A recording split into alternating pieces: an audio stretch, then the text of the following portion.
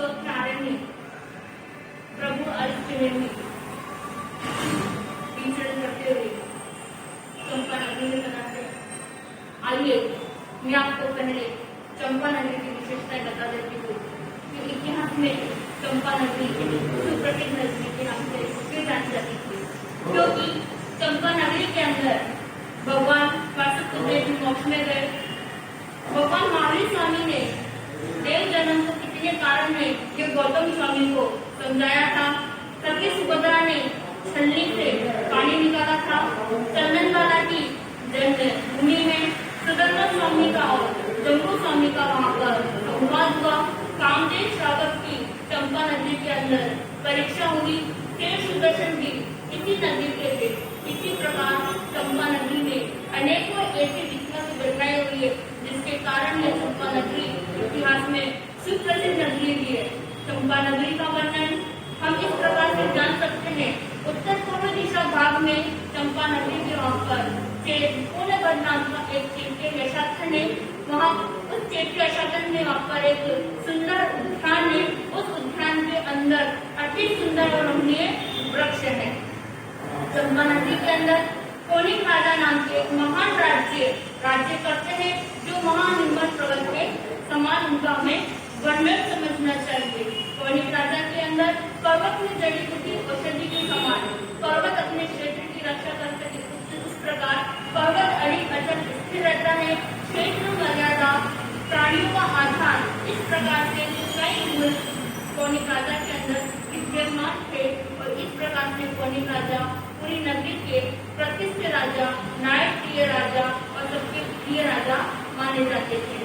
एक बार सुदामा स्वामी अपने 500 अंगारों के साथ में विचरण करते हुए चंपा नदी के पूर्ववर्ती उद्यान में पधारे। ये समाचार जब देव मनुष्य सभी को पता चला तो सभी वहां पर आए और सबने इन वाणी का श्रवण किया। जम्बू स्वामी ने सविनय वंदन करते हुए आदि सुदामा स्वामी को कहा कि जिस प्रकार भगवान महावीर स्वामी ने 7वें अंग शास्त्र उपासन दशा सूत्र का अर्थ कहा है, तो 8वें अंग शास्त्र में किस विषय का प्रतिपादन किया है, कृपया करके आप मुझे बताइए। तब आदि सुदामा स्वामी जम्बू स्वामी को कहते हैं कि 8वें अंग शास्त्र के अंदर भगवान महावीर स्वामी ने अंतर्गत दशा सूत्र का वर्णन किया है। इसके अंदर 8 वर्ग बताए हैं, वह इस प्रकार है। तब जम्बू स्वामी आदि स्वामी को वंदन नमस्कार करके कहते हैं कि जिस प्रकार आपने मुझे उपासन दशा सूत्र का अर्थ बताया है, कृपया करके उसी प्रकार आप मुझे अंतर्गत दशा सूत्र की जानकारी दे, उसके अध्ययनों का अर्थ बताए। तब आर्य सुदामा कहते हैं कि अंतर्गत दशा सूत्र के पहले वर्ग के अंदर 10 अध्याय में उसमें 10 राजकुमारों का वर्णन चलता है। उन राजकुमारों के नाम इस प्रकार है: गौतम, समुद्र, सागर, गंभीर, विश्वामित्र, अचल, काकतीय, अशोक, प्रसेनजीत और विष्णु कुमार। इस प्रकार से पहले वर्ग के 10 अध्ययन का वर्णन यहाँ पर पहले सूत्र में किया गया है।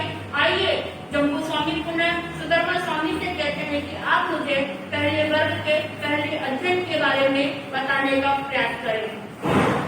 तब भगवान अर्जुन ने भी विचरण करते हुए द्वारिका नगरी के रेवती पर्वत तक नंदनवन उद्यान है, वहां पर पहुंचे। द्वारिका नगरी 12 योजन लंबी और 9 योजन चौड़ी है, यानी कि 49 किलोमीटर गहरी और 72 किलोमीटर चौड़ी है। उस द्वारिका नगरी का वर्णन हम इस प्रकार से समझ सकते हैं। एक जन नील, पृथ्वी, पद्मरानी आदि 5 वर्णों के मणि से जड़ित वहां पर एक कुंदेरा सुशोभित थे। द्वारिका नगरी के आजू बाजू में समुद्र है, इसके कारण द्वारिका नगरी का सौंदर्य और भी अति रमणीय हो जाता है। द्वारिका नगरी के ईशान कोण के अंदर रेवती पर्वत है के उस रेवती पर्वत पर नंदनवन उद्यान है और वहां पर स्वर्ग प्रिय यशासन इसका प्राचीन बहुत ही भव्य यशासन है।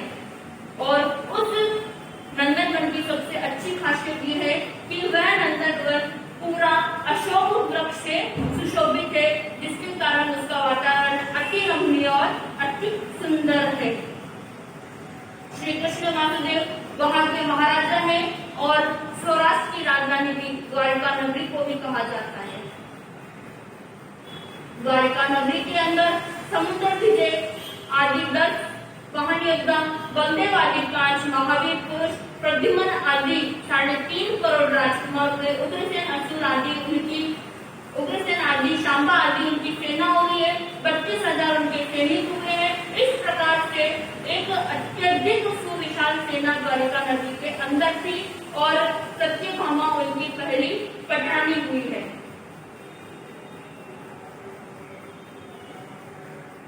महासेन 56,000 बलगर्व सैनिक, वीरसेन 21,000 वीर योद्धा, अग्रसेन प्रमुख 16,000 राजा थे, रुक्मणी प्रमुख 16,000 उनकी रानियां थी। अग्निसेना आदि हजारों गणिकाएं द्वारिका नगरी में थी। द्वारिका नगरी के अंदर अंदर प्रसिद्ध राजा नाम के एक जागीरदार राज्य करते थे। उस अंदर प्रसिद्ध राजा की धर्म पत्नी धानी नाम की एक रानी थी। उस रानी ने सोते वक्त अपने शय्यासन पे सोते वक्त शैया के अंदर सोते वक्त एक स्वप्न देखा। उस स्वप्न में उन्होंने सीने का स्वप्न देखा। स्वप्न का फल उन्होंने राजा को बताया और 9 मास 10 दिन बीतने के बाद में उस रानी ने एक सुपुत्र सुयोग्य बालक को जन्म दिया और उस बालक का नाम गौतम कुमार रखा गया। बालक ने कलाचार्य से सभी तरह की शिक्षा ग्रहण की। युवावस्था होने पर उनका विवाह करवा दिया गया और प्रति 8 कन्याओं के साथ उनका विवाह हुआ और 8वीं कन्या 8 करोड़ का दहेज साथ में लेकर ही आती है। एक समय ग्रामानुग्राम विचरण करते हुए भगवान अरिष्ट ने भी द्वारिका नगरी के नंदन उद्यान में पधारे।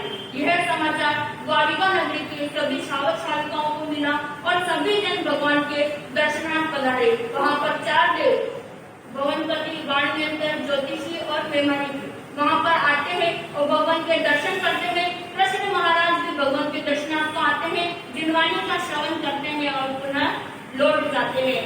ये समाचार जब गौतम कुमार को मिला तो गौतम कुमार भी भगवान अरिष्ट देवी के दर्शनार्थ को पधारते हैं और जिनवाणी का श्रवण करते हैं। और जिनवाणी का श्रवण करते ही उनको वैराग्य की उत्पत्ति हो जाती है और वे भगवान अरिष्ट देवी के पास आकर के कहते हैं कि भगवान, मुझे आपके पास संयम को ग्रहण करना है, मुझे दीक्षा को अंगीकार करना है।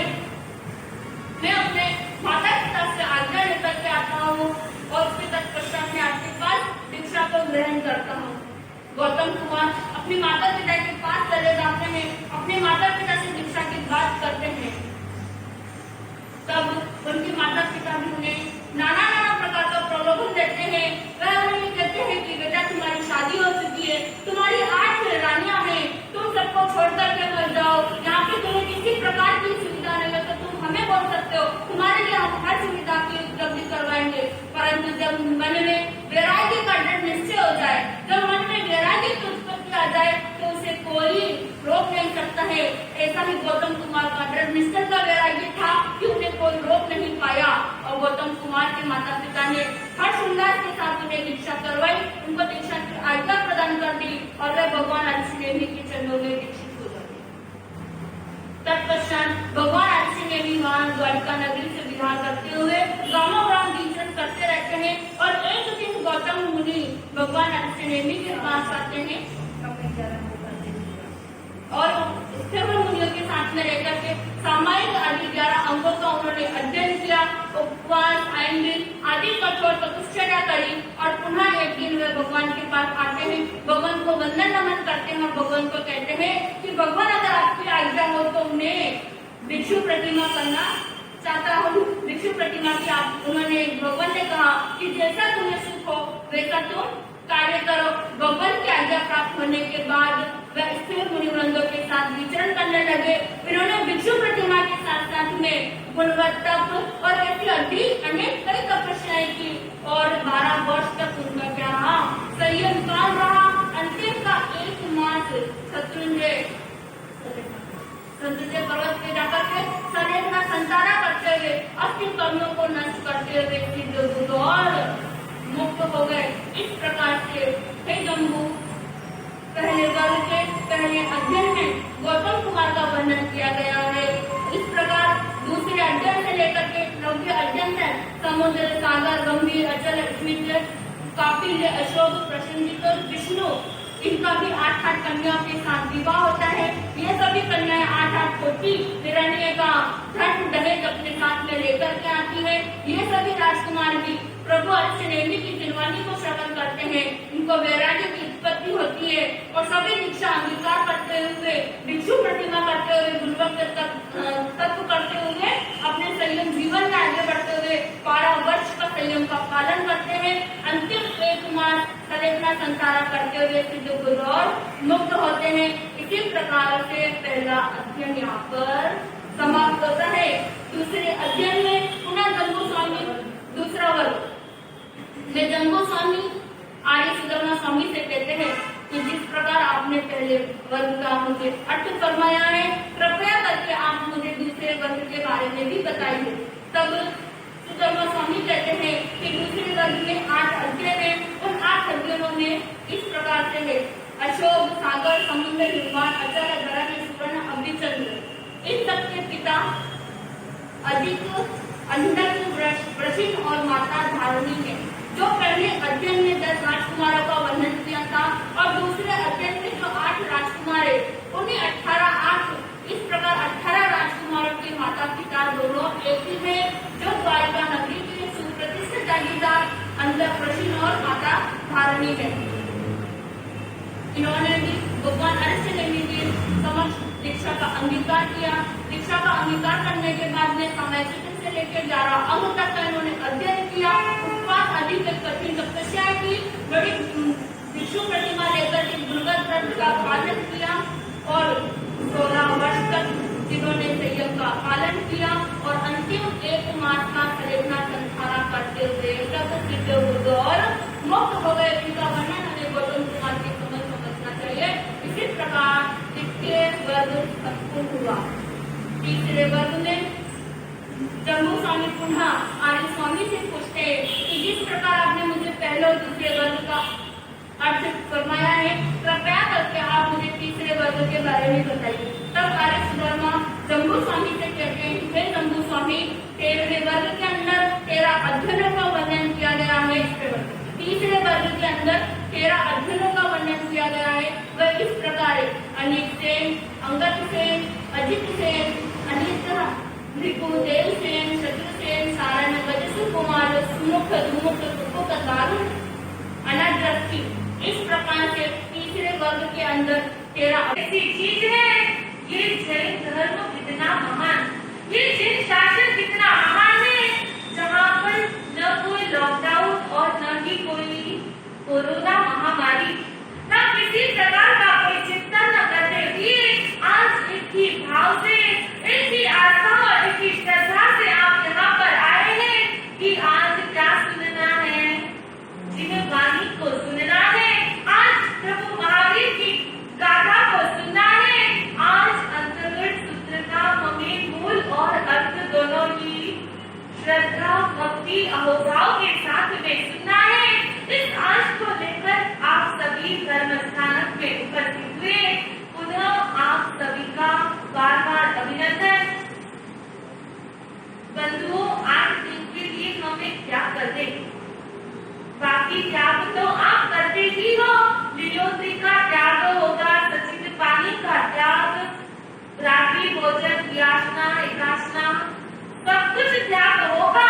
लेकिन आज दिनों के लिए कोरोना महामारी के बारे में बिल्कुल भी नहीं सोचे कि कोरोना ये करेगा, कोरोना वो करेगा।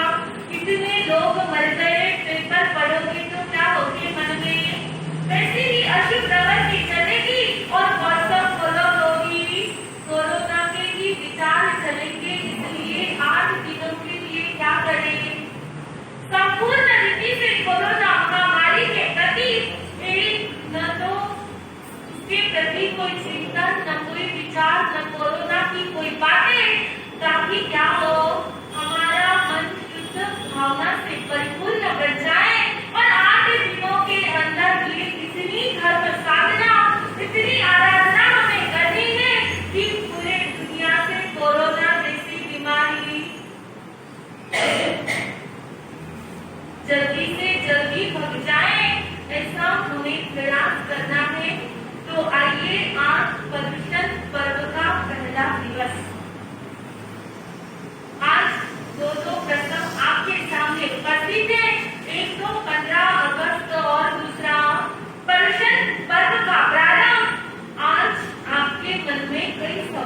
गुजरे होंगे, कई चिंतन धाराएं चल रही होगी, कई उथल पुथल मची होगी, कई सवाल मन में आते होंगे कि पर्युषण पर्व में अंतर्गत सूत्र का वाचन ही क्यों, पर्युषण पर्व के अंदर आज दिन ही क्यों बताए, पर्युषण पर्व में आज दिनों की आराधना ही क्यों बताई। लेकिन आपको तो हिंदी मराठी तो अच्छे से आती होगी। जब आप हिंदी में एक नंबर लिखते हो तो भी क्या आती है, आती है, और मराठी में हिंदी लिखो तो भी गांठ पड़ जाती है। एक लिखोगे तो एक गांठ आएगी, दो लिखोगे तो दो गांठें आएगी, तीन लिखोगे तो तीन गांठ आएगी। लेकिन आज का अंक ऐसा शुभ अंक है जहाँ पर किसी तरह की कोई भी गांठ बिल्कुल भी नहीं, ऊपर एक शून्य नीचे एक शून्य, यानी क्या बनता है, आगे बन जाता है, यानी कि संपूर्ण तिथि से खाली। और हमें भी क्या होना है, खाली ही बनना है।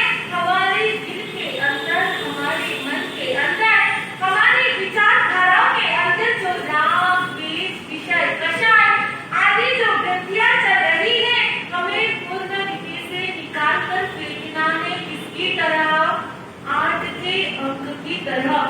8 के अंक में किसी प्रकार की गांठ नहीं, 8 के अंक में कोई मुड़ाव भी नहीं, 8 के अंक में किसी तरह की कोई गड़बड़ नहीं। बस वैसा ही हमें हमारा मन करना है, हमें भी पूरी तरह से क्या करना है, खाली बन जाना है। सिर्फ नैतिक की भावना, क्षमा की भावना, आदर और सम्मान की भावना, चाहे हमारा किसी से कोई भी विरोध राग द्वेष कुछ भी हो, लेकिन 8 दिन तो क्या करना है, हमें संपूर्ण रीति से पूरी तरह से पीछे की बातों को भुलाकर आगे की नई शुरुआत करनी है। यही आज हमें संदेश देता है। कहते हैं ना कि जहाँ आर्ट है वहाँ ठाट ही ठाट है। अगर आप अंदर की ओर देखोगे तो आपको शुद्ध आत्मा नजर आएगी, और बाहर की दुनिया की ओर देखोगे तो आपको क्या आएगा, अवगुण ही अवगुण नजर आएंगे। तो हमें सारी बातों को भूलकर अपने स्वयं की आत्मा के साथ में जीना है। हमें ध्यान और योग की साधना के साथ रहना है। पर्युषण पर्व में पोषण प्रतिक्रमण कमर सामयिक पोषण आदि की आराधना करके हमें हमारी आत्मा को पूरी तरह से शुद्ध बनाना है। अभी अंतर्गत सूत्र में कितने जीवों का वर्णन करता है, कितने साधकों का वर्णन है, 90 साधकों का वर्णन। हर साल सुनते हो, हर साल कई दोहराते जाते हैं, लेकिन अभी तक याद नहीं कितने साधक है, कब मोक्ष गए, क्या वाणी सुनी, इस कान से सुनते हो और दूसरे कान से निकाल देते हो। इसीलिए ज्ञानी पुरुषों ने कहा है,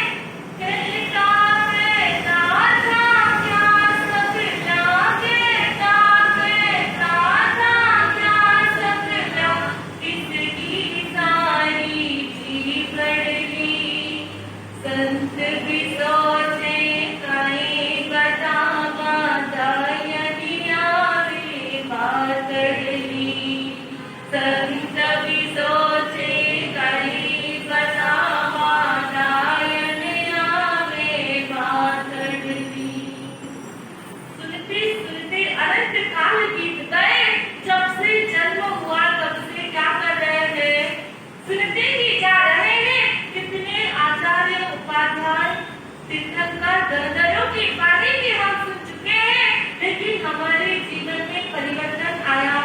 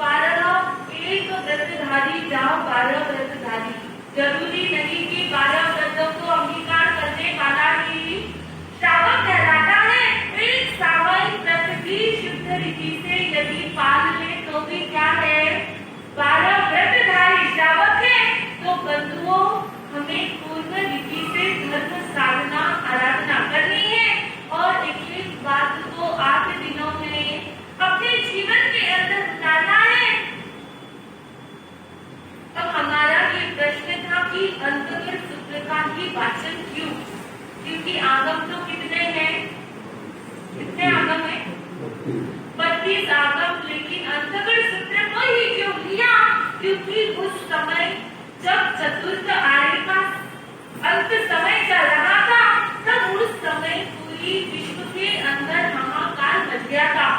हर लोग एक दूसरों के प्रति नफरत, हर लोग एक दूसरों के प्रति क्रोध, भ्रष्टाचार और अनैतिकता आदि बढ़ चुकी थी।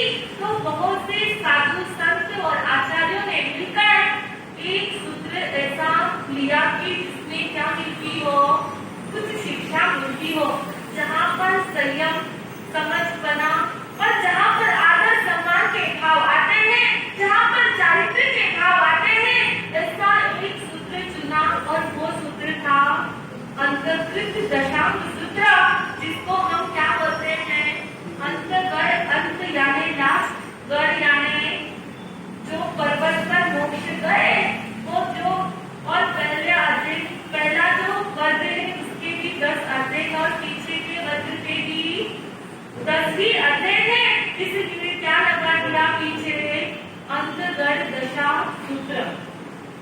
और यदि प्राकृत में पढ़ते हैं तो अंतकृत दशा सूत्र यानी अंत में जो कार्य किया गया है वो पूर्ण शुद्धता के साथ में, इसलिए इसका नाम अंतकृत दशा सूत्र नाम पड़ा। तो बंधुओं, ये अंतकृत सूत्र का चयन इसलिए हुआ कि इस सूत्र से फिर कई साधक मिल गए। 90 आत्माओं के साथ साथ में और भी छोटे मोटे साधक, कोई श्रावक, कोई श्राविका और कोई सदाचारी बदल के जीवन जिए। इसीलिए अंतर्गत सूत्र छोटा सा भी है जो 8 दिनों में ही पूरा हो जाता है और किसी तरह की उतावल हड़बड़ी के साथ में पढ़ने की आवश्यकता भी नहीं। तो तुम आप ऐसी हालत रही तो कुछ समझ में भी आता नहीं है। तो ये अंतर्गत सूत्र छोटा सा है, थोड़ा थोड़ा पढ़ो तो भी 8 दिन में क्या होगा, पूरा हो जाएगा। इस उद्देश्य को ध्यान में रखकर आचार्यों ने अंतर्गत सूत्र को चुना और अंतर्गत सूत्र की आराधना करने की प्रेरणा दी है। जैसे वो छोटे छोटे राजकुमार, महलों के अंदर रहने वाले, जो कभी पानी मांगे तो जिनको दूध का लोटा मिलने वाला, लेकिन एक ही प्रभु की वाणी सुनी और क्या कर गए, तुरंत अपनी आत्मा में परिवर्तन लाया। आज किसी को वैराग्य आया तो कोई आपका पोता या बेटा खड़ा होकर कह दे कि पिताजी, माताजी हमें दीक्षा लेनी है, तो आप क्या करते हो, सच बोलना। धर्म स्थानक में बैठे हो, मुखपट्टी लगाकर बैठे हो, यदि धर्म सभा में खड़े होकर कोई कहे कि मुझे दीक्षा लेनी पिताजी, तो आप क्या कहोगे हरिता जी साहब?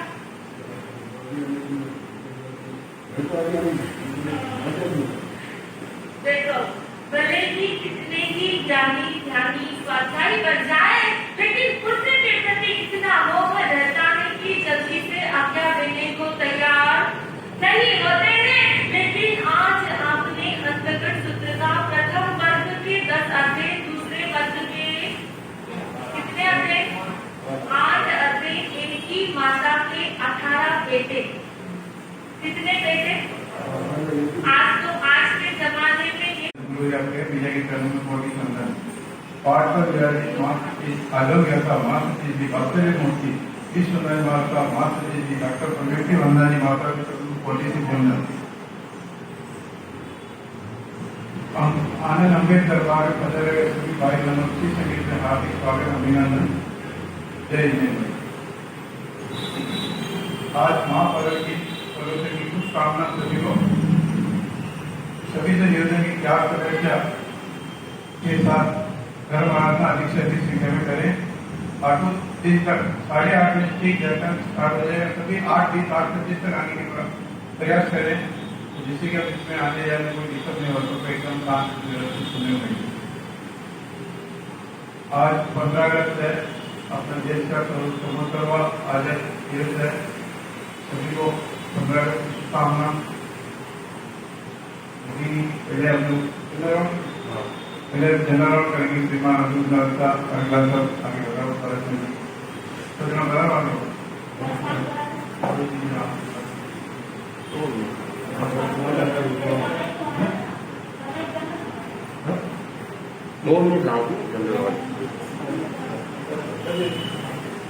아니 밑에 밑으로 와. 아니 역시 밑으로 밑에. 선생님 뭐 얘기하시는데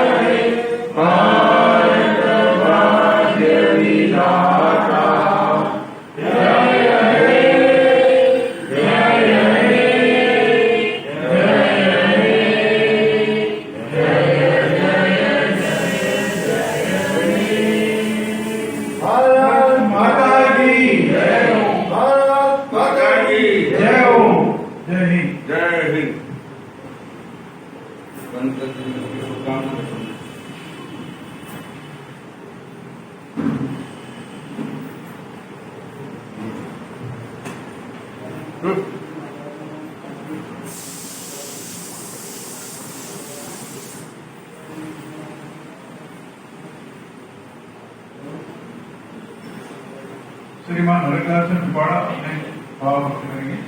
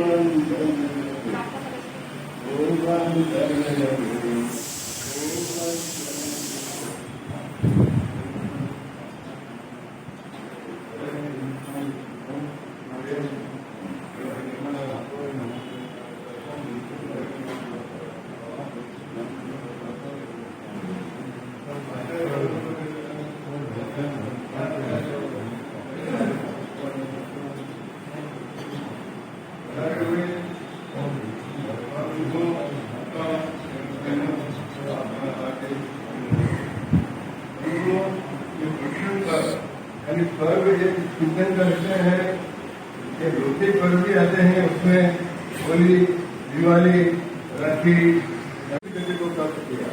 उन मतलब महान साधुओं का वर्णन है।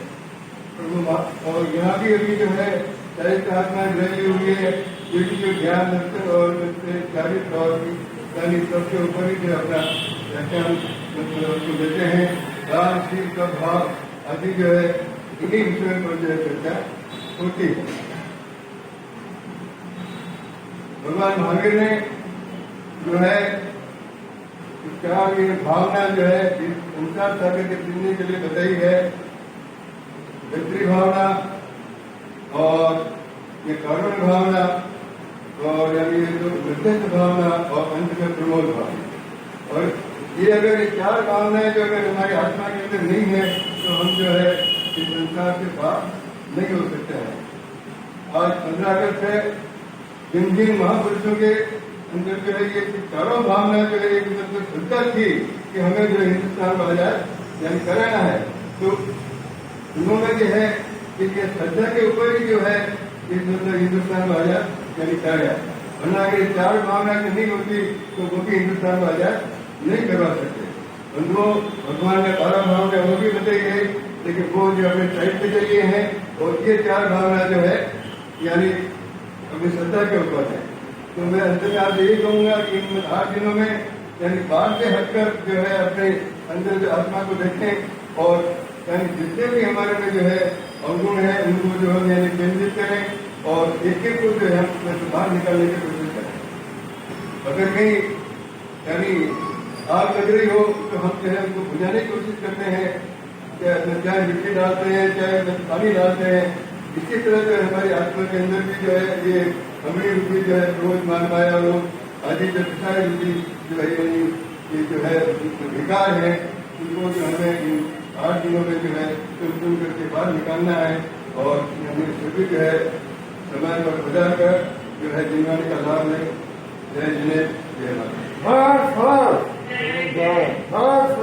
वंदना मेरी प्रथम भगवान सरे अंत को, फिर वंदना हो दूसरी परिचित देवांत को, आचार्य जी को तीसरी हो वंदनांतवार से, उपाध्याय साधु वृंद को वंदना हो से। पाठ के आनंद किया था विश्वनाथ साहब, डॉक्टर प्रदेश साहब के चरण में कोर्ट के अंदर झारखंड भाइयों और बहनों, जिन शासन की कृपा से भानु त्रिशंग को 2020 का छात्रावास 2 महान साथी विश्ववंदना जी और प्रदेश साहब का यहाँ पर छात्रावास से आगमन हुआ। तभी से आज तक महामारी कोरोना के कारण लॉकडाउन है और प्रोविजन वगैरह सब नहीं हो सके, जो जैसी व्यवस्था है वह कुछ हिसाब से आपको चल रहे हैं। आप सभी यहाँ बताने बहुत बहुत धन्यवाद। आज साथ में 15 अगस्त और पवित्र महापर्व 2 मेला।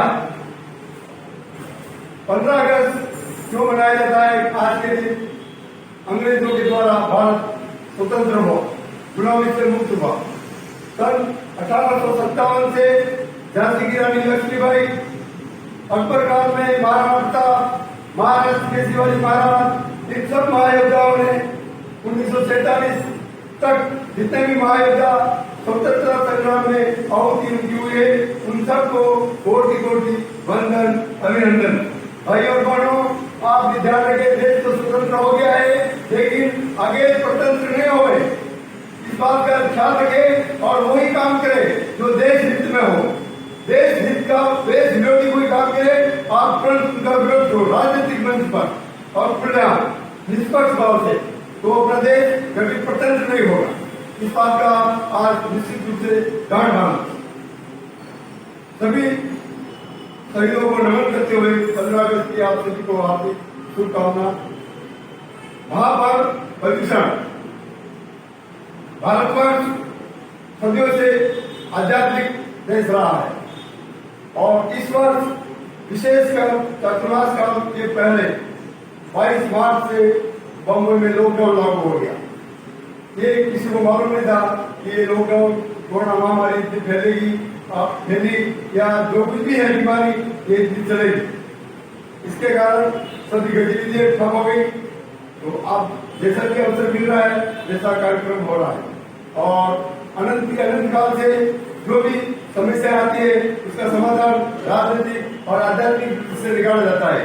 भगवान आदिनाथ के समय में भी मृग रोग चला था, तो भगवान आदिनाथ यदि गर्भ में आए थे तो मृग रोग का निवारण शुरू हो गया था और जब उनका जन्म हुआ तब पूरा मृग रोग निवारण हो गया। अपन प्रार्थना बोलते हैं आदिनाथ भगवान की, वो इसी पर आधारित है।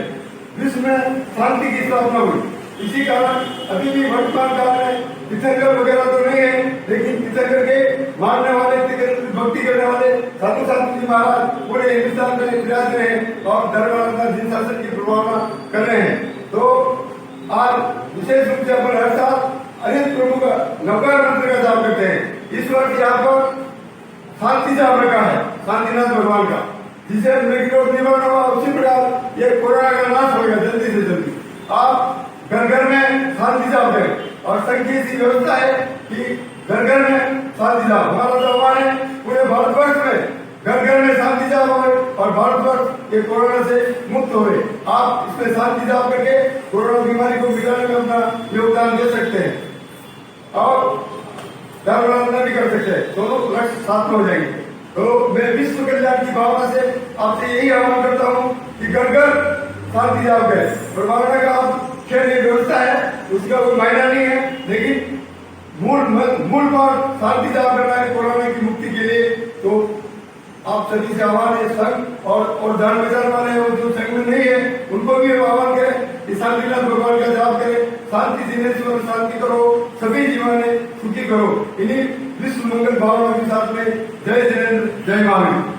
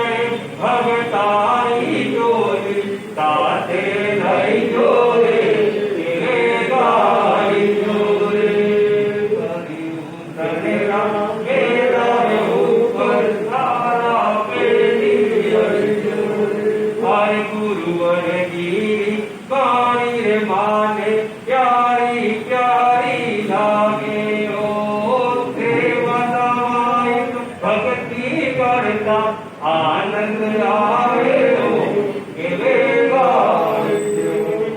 आए रंग बिरंगा मेरा रे ऊपर देवी देवता आवे हो, रंग बिरंगा मेरा रे ऊपर देवी देवता।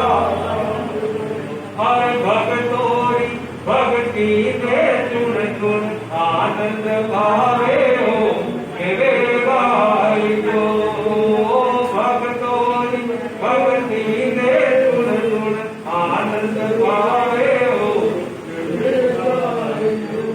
हर भजनो रातो लाडू लाडे भवानी चकिया हो, भजनो रातो लाडू लाडे भवानी। हर भजनो रातो चरका मरका खूब खाइयो केवे गाइयो, वानुक संग चरणों में आयो गीत प्रभु रागायो। हरे नाम हमारे बीच भंवर में पार कर जो केवे गाइयो। बड़ा विराज परिकृत की आप सभी को शुभकामनाएं और स्वतंत्रता दिवस 15 अगस्त की बहुत बहुत शुभकामनाएं। हमारे वीर जवानों ने जो बलिदान दिया है उसके लिए बहुत बहुत उनका नमन। जय हिंद, जय महावीर।